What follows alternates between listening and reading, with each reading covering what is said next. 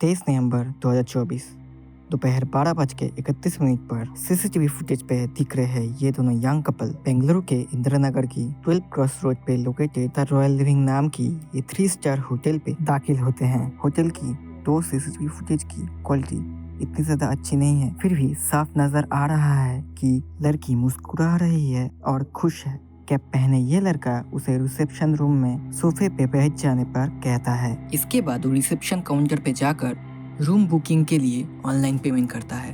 वही तब तक पीछे बैठी हुई वो लड़की अपने फोन में बिजी रहती है। एक रूम की बुकिंग के लिए चेक फॉर्मेलिटीज पेमेंट करने के बाद वो दोनों फाइनली अपने होटल रूम की ओर चले जाते हैं।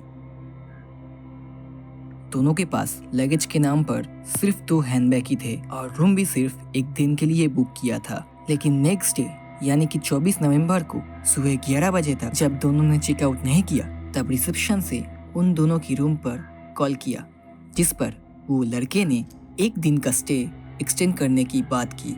सेम यही कहानी अगले दिन यानी कि 25 नवंबर की सुबह को भी हुई और एक बार फिर ये लड़के ने और एक दिन एक्सटेंड कर लिया। इसमें कोई अजीब बात नहीं है, क्योंकि आप जितने दिन के लिए होटल बुक करे थे वो कोई प्रॉब्लम की वजह से एक्सटेंड होता है। पर द सरप्राइज थिंग वाज कि जिस दिन उन दोनों ने चेकिंग किया था उस दिन को अगर छोड़ दे तो बाकी बीते 2 दिनों में उन्होंने ना कोई रूम सर्विस और ना कहीं online food delivery service order किया था।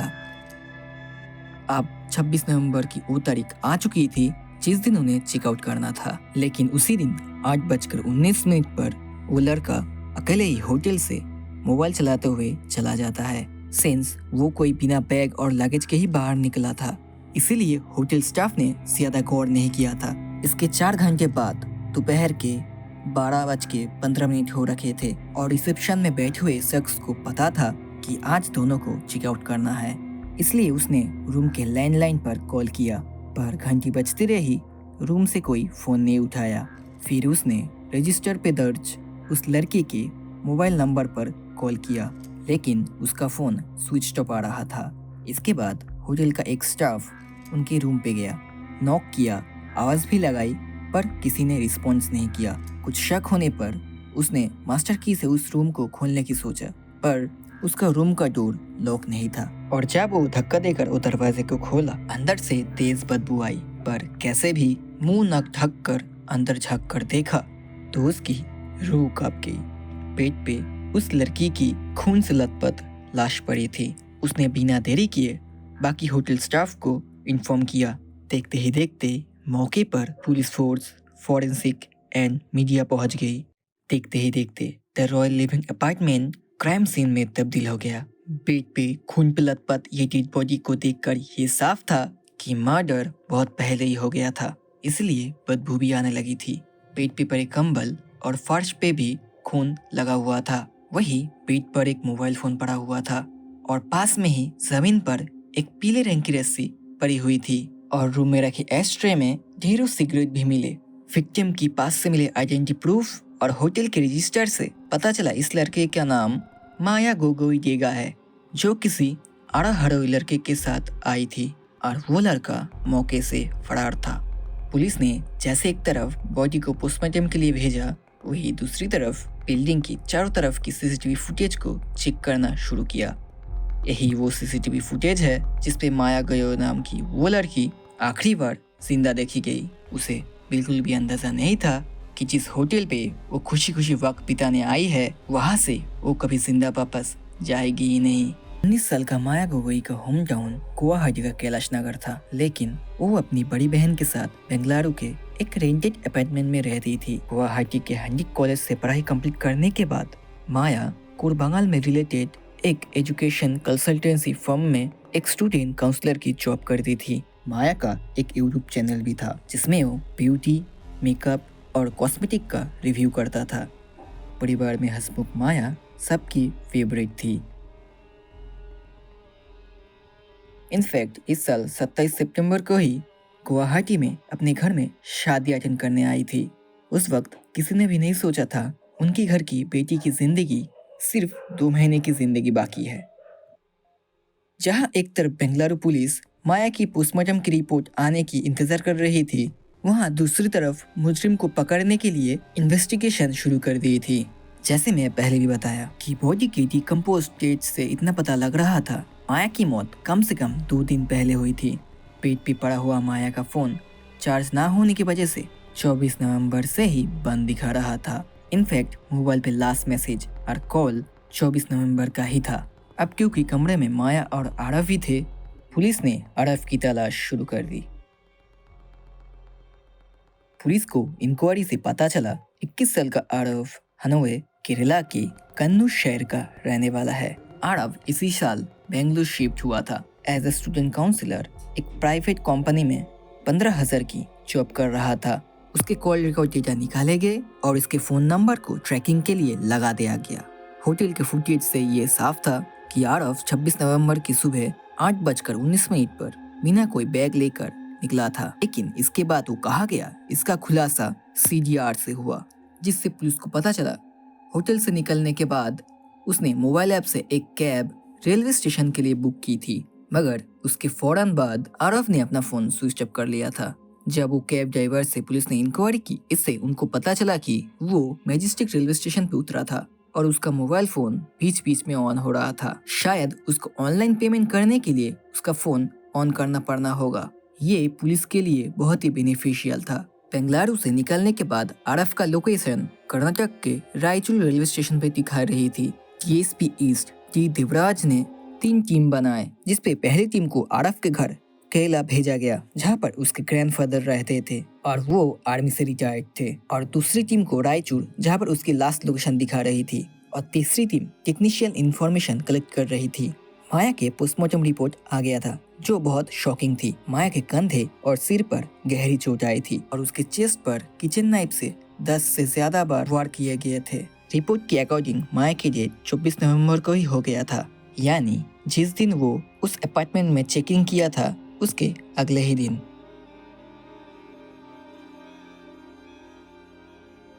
ऐसे में आरव ही प्राइम सस्पेक्ट था, लेकिन उसको पकड़ पाना इतना आसान नहीं था, क्योंकि वो एक जगह पर ज्यादा समय नहीं रुक रहा था और वो ट्रैवल करने के लिए पब्लिक एक्सपोर्ट का इस्तेमाल कर रहा था, ताकि पुलिस उसका रूट ना ट्रैक कर पाए।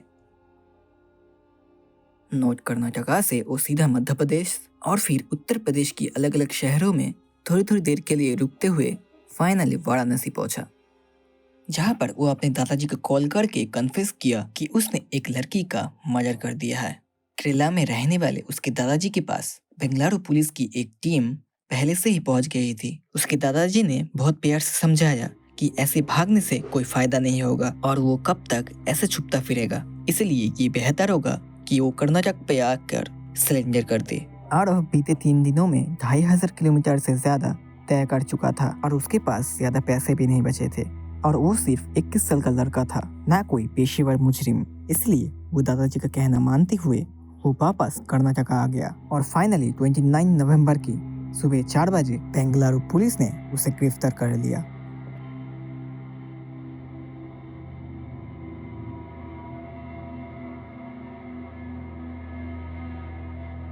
ये केस जितना स्ट्रेट फॉरवर्ड दिख रहा है उतना है नहीं, क्योंकि आरव को अरेस्ट करने के बाद जब पुलिस ने उसको पूछताछ की तब वो फौरन एक्सेप्ट कर लिया कि खून उसी ने ही किया है। लेकिन पुलिस ने जब इस खून का मोटिव पूछा, अब वो ये कहकर बताने से इनकार कर दिया कि ये उसका पर्सनल मैटर है। पुलिस लाख कोशिशों के बाद भी इस खून के पीछे का मोटिव नहीं जान पा रही थी, क्योंकि हर बार वो पर्सनल मैटर को वजह बताकर चुप हो जाता। आरव जब अरेस्ट हुआ था उसकी बॉडी लैंग्वेज और मेंटल स्टेट अनयूजुअल था। पहली बात तो ये वो खुद सरेंडर करने आया था, इसका मतलब ये था कि उसके अंदर कहीं ना कहीं डर बैठ चुका था। केस के DSP ने कहा वो बहुत शांत और गुमसुम था, इसलिए पुलिस ने इस केस की तस्वीर साफ करने के लिए इंटरोगेशन को एक डिफरेंट एंगल और सवालों को एक डिफरेंट फॉर्मेट में बदल दिया। पहले आरव को क्राइम सीन पर लेके गई, इसके बाद उसके पर्सनल लाइफ, उसके और माया के रिलेशन, 23 नवंबर से 26 नवंबर के बीच उस बंद कमरे में हुए अपराध के बारे में पूछना शुरू किया। इसके बाद पुलिस को ये पूरी केस की पूरी तस्वीर साफ साफ दिखाई दी। आरव का जन्म केरला के कन्नूर में हुआ था। आरव के दादाजी आर्मी में थे और उन्होंने ही उसकी परवरिश की थी। उसके बचपन में ही उनके पेरेंट्स की डिवोर्स हो गया था। डिवोर्स के बाद वो अपने माँ के साथ रहता था। इसके बाद उसके माँ ने दूसरी शादी कर ली। उसके जीवन में अचानक आए सौतेले पिता से कोई प्यार नहीं, ट्रॉमा ही मिला। ये शादी भी ज़्यादा दिन नहीं चली और उनका फिर से डिवोर्स हो गया। लेकिन आरफ की ज़िंदगी में और भी दुख बचे हुए थे, क्योंकि उसके बाद उसकी माँ ने तीसरी शादी कर ली। बस इसी के बाद आरफ उसकी माँ को छोड़कर अपने दादाजी के साथ रहने चला गया। माया के मर्डर के 8 महीने पहले डेटिंग ऐप बम्बल के थ्रू इन दोनों की मुलाकात हुई थी। माया उस तरफ बेंगलुरु में जॉब कर रही थी, वही आरफ केरला में बीबीए की पढ़ाई कर रहा था। लेकिन कई पेपरों में फेल हो जाने की वजह से वो बीबीए कंप्लीट नहीं कर पाया था। बाद में माया ने उसको बेंगलुरु में बुला लिया, वहीं पर एक प्राइवेट कंपनी में जॉब में लगा दिया था। अब एक ही शहर में होने के चलते बहुत कम वक्त में ही उन दोनों की मिलना जुलना और नजदीकियां बढ़ने लगी और डेटिंग ऐप में शुरू हुई दोस्ती अब रिलेशनशिप में बदल गई। दोनों के बीच सब कुछ सही चल रहा था, लेकिन तभी एक दिन आरफ ने माया को लिव इन में साथ रहने के लिए कहा। आरफ को लगा था इतने महीने के रिलेशनशिप के बाद माया उसके साथ लिव इन में रहने के लिए राजी हो जाएगी, बट हुआ इसका उल्टा। माया उसके साथ रहने के लिए मना कर दिया। अब ऐसे सिचुएशन में आरफ बहुत इनसिक्योर फील करने लगा था। कन्नूर में छोटे से शहर से निकले आरफ को वैसे भी बेंगलुरु जैसी हाईटेक सिटी की लाइफस्टाइल में एडजस्ट होने में दिक्कत हो रही थी। प्लस उसका बचपना और अपब्रिंगिंग माया के चाइल्डहुड से बहुत अलग था। दोनों ही बहुत अलग बैकग्राउंड से आते थे। आरफ को माया का फ्रेंड सर्कल और उसका फ्रेंड सर्कल में उसका मेल फ्रेंड्स, जिसके चलते उसके मन में सिर्फ इनसिक्योरिटी बढ़ रही थी और इसी वजह से शुरू हुई रोक टोक अक्सर लड़ाई झगड़े में बदल जाती। आरफ माया को खोना भी नहीं चाहता था, इसलिए आरफ माया को लिविंग में रहने के लिए बोलती है। माया वैसे भी अपनी बड़ी बहन के साथ रहती थी, वैसे भी वो अपनी बड़ी बहन को छोड़कर आरफ के साथ नहीं शिफ्ट होना चाहती थी। लेकिन आरफ को इसके पीछे और ही वजह लगी। उसने पुलिस को बताया उसे माया पर शक था और लड़कों से बात करती है और डर था और कहीं वो उसको छोड़कर चली ना जाए। इसके बाद वो माया को बोलती है वो कम से कम एक दिन के लिए उसके साथ रुक ही सकती है। अनफॉर्चुनेटली माया ने उसकी जिद को हाँ कर दिया और एक दिन के लिए होटल में वक्त बिताने को राजी हो गई। और माया ने अपनी बड़ी बहन को झूठ बोल दिया कि ऑफिस पार्टी के चलते वो एक दिन के लिए रात में घर नहीं आ पाएगी। माया का यही फैसला उसके लिए काल बन गया।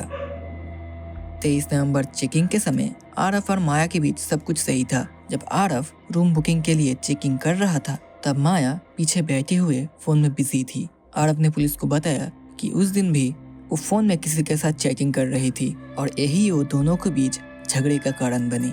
शब्दों की लड़ाई हाथापाई में बदल गई। आरफ वैसे भी माया पर शक करता था। अब उसको टोकने पर माया का ये रिएक्शन देख उसे अपने शक पर यकीन हो गया। दिल में उबाल मारता हुआ ये गुस्सा और उम्र का ये पड़ाव आरफ का मन में जहर घोलने लगा और 23 नवंबर की शाम को ही उसने ऑनलाइन डिलीवरी ऐप से एक किचन नाइफ और लाइलन रोब ऑर्डर करी और फिर उस लाइलन रस्सी से पहले माया का गला घोटा और किचन नाइफ से कहीं वार कर उसको मौत की घाट उतार दिया। रिपोर्ट में माया का सर और शोल्डर में गहरी चोट का निशान है कि माया ने आरफ से फाइट बैक किया होगा। फिलहाल आरफ को बीएनएस के सेक्शन 103 और 238 के बेसिस पे अरेस्ट कर लिया गया है और आरफ से आगे का इंटरोगेशन उसके साइकियाट्रिक एवोल्यूशन के बाद ही इनिशिएट करी जाएगी। तो ये था आज का केस। जल्द ही मिलेंगे और एक न्यू वीडियो में, तब तक के लिए गुड बाय।